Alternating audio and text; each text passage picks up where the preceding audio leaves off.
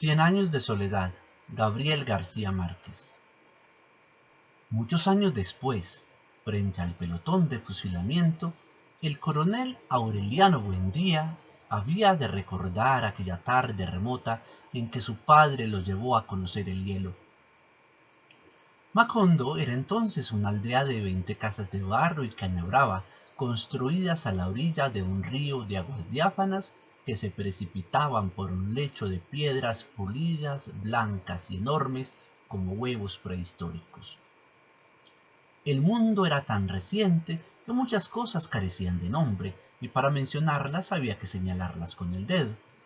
Todos los años, por el mes de marzo, una familia de gitanos desarrapados plantaba su casa cerca de la aldea, y con un grande alboroto de pitos y timbales daban a conocer los nuevos inventos.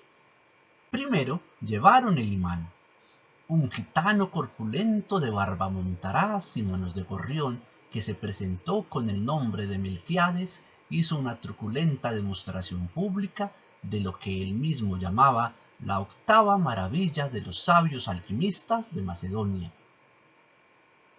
Fue de casa en casa arrastrando 2 lingotes metálicos, y todo el mundo se espantó al ver que los calderos, las pailas, las tenazas y los anafes se caían de su sitio, y las maderas crujían por la desesperación de los clavos y los tornillos tratando de desclavarse, y aún los objetos perdidos desde hacía mucho tiempo aparecían por donde más se les había buscado, y se arrastraban en desbandada turbulenta detrás de los fierros mágicos de Melquiades.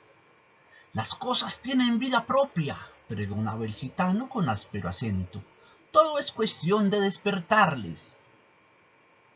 José Arcadio Buendía, cuya desaforada imaginación iba siempre más lejos que el ingenio de la naturaleza y aún más allá del milagro y la magia, pensó que era posible servirse de aquella invención inútil para desentrañar el oro de la tierra. Melquiades, que era un hombre honrado, le previno: «Para eso no sirve». Pero José Arcadio Buendía no creía en aquel tiempo en la honradez de los gitanos, así que cambió su mulo por una partida de chivos por los 2 lingotes imantados. Úrsula Iguarán, su mujer, que contaba con aquellos animales para ensanchar el desmedrado patrimonio doméstico, no consiguió disuadirlo. «Muy pronto ha de sobrarnos el oro para empedrar la casa», replicó su marido. Durante varios meses se empeñó en demostrar el acierto de sus conjeturas. Exploró palmo a palmo la región, inclusive el fondo del río, arrastrando los 2 lingotes de hierro y recitando en voz alta el conjuro de Melquiades. Lo único que logró desenterrar fue una armadura del siglo XV con todas sus partes soldadas por un cascote de óxido, cuyo interior tenía la resonancia hueca de un enorme calabazo lleno de piedras. Cuando José Arcadio Buendía y los 4 hombres de su expedición lograron desarticular la armadura, encontraron dentro un esqueleto calcificado que llevaba colgado en el cuello un relicario de cobre con un rizo de mujer. En marzo volvieron los gitanos. Esta vez llevaban un catalejo y una lupa del tamaño de un tambor que exhibieron como el último descubrimiento de los judíos de Ámsterdam.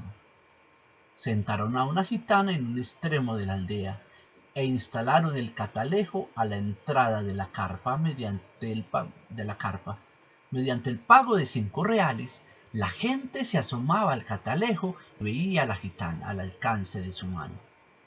«¿La ciencia ha eliminado las distancias?», preguntaba Melquiades. «Dentro de poco el hombre podrá ver lo que ocurre en cualquier lugar de la tierra sin moverse de su casa». Un mediodía ardiente hicieron asombrosa demostración con la lupa gigantesca. Pusieron un montón de hierba seca en mitad de la calle y le prendieron fuego mediante la concentración de los rayos solares. José Arcadio Buendía, que aún no acababa de consolarse por el fracaso de sus imanes, concibió la idea de utilizar aquel invento como un arma de guerra. Melquíades otra vez trató de disuadirlo, pero terminó por aceptar los 2 lingotes imantados y 3 piezas de dinero colonial a cambio de la lupa. Úrsula lloró de consternación.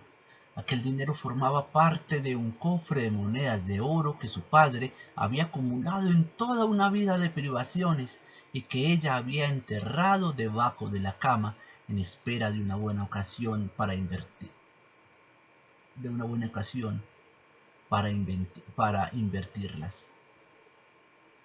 José Arcadio Buendía no trató ni siquiera de consolarla. Entregó por entero sus experimentos tácticos con abnegación de un científico y aun a riesgo de su propia vida, trató de demostrar los efectos de la lupa en la tropa enemiga. Se expuso a sí mismo a la concentración de los rayos solares y sufrió quemaduras que se convirtieron en úlceras y tardaron mucho tiempo en sanar. Ante las protestas de su mujer, alarmada por tan peligrosa inventiva, estuvo a punto de incendiar la casa. Pasaba largas horas en su cuarto haciendo cálculos sobre las posibilidades estratégicas de su arma novedosa, hasta que logró componer un manual de una asombrosa claridad didáctica y un poder de convicción irresistible. Los envió a las autoridades acompañado de numerosos testimonios sobre sus experiencias y de varios pliegos de dibujos explicativos al cuidado de un mensajero que atravesó la sierra y se extravió en pantanos desmedrados, remontó ríos tormentosos y estuvo a punto de perecer bajo el azote de las fieras, la desesperación y la peste antes de conseguir una ruta de enlace con las mulas del correo, a pesar de que el viaje a la capital era por aquel tiempo poco menos que imposible. José Arcadio Buendía prometía intentarlo tan pronto como se le ordenara el gobierno, con el fin de hacer demostraciones prácticas de su invento ante los poderes militares y adiestrarlos personalmente en las complicadas artes de la guerra solar. Durante varios años esperó la respuesta. Por último, cansado de esperar, se lamentó ante Melquíades del fracaso de su iniciativa, y el gitano dio entonces una prueba convincente de honradez. Le devolvió los doblones y cambió la lupa le devolvió los doblones a cambio de la lupa y le dejó además unos mapas portugueses y varios instrumentos de navegación. De su puño y letra escribió una apretada síntesis de los estudios del monje Hermann que dejó a su disposición para que pudiera servirse del astrolabio, la brújula y el sextante.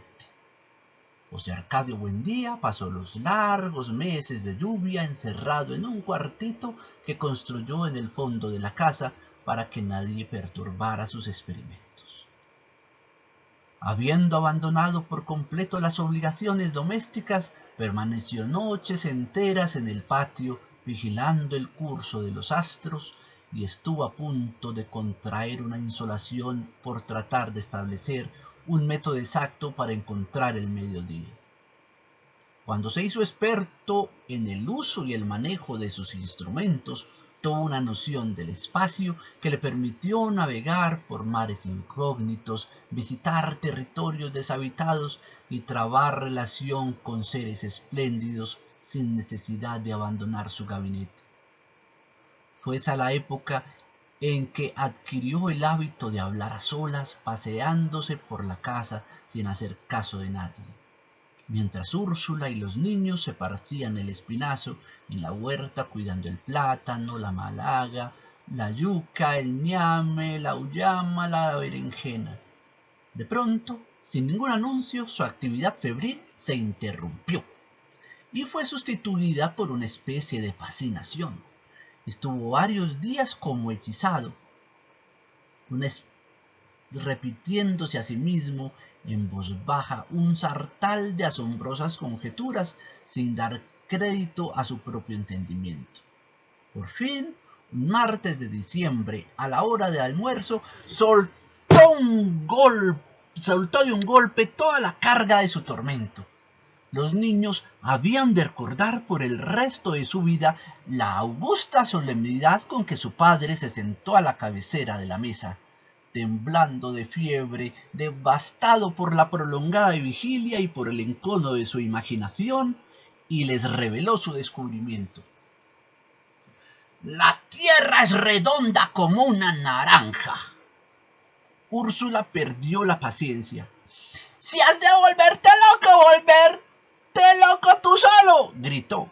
Pero no trates de inculcar a los niños tus ideas de gitano.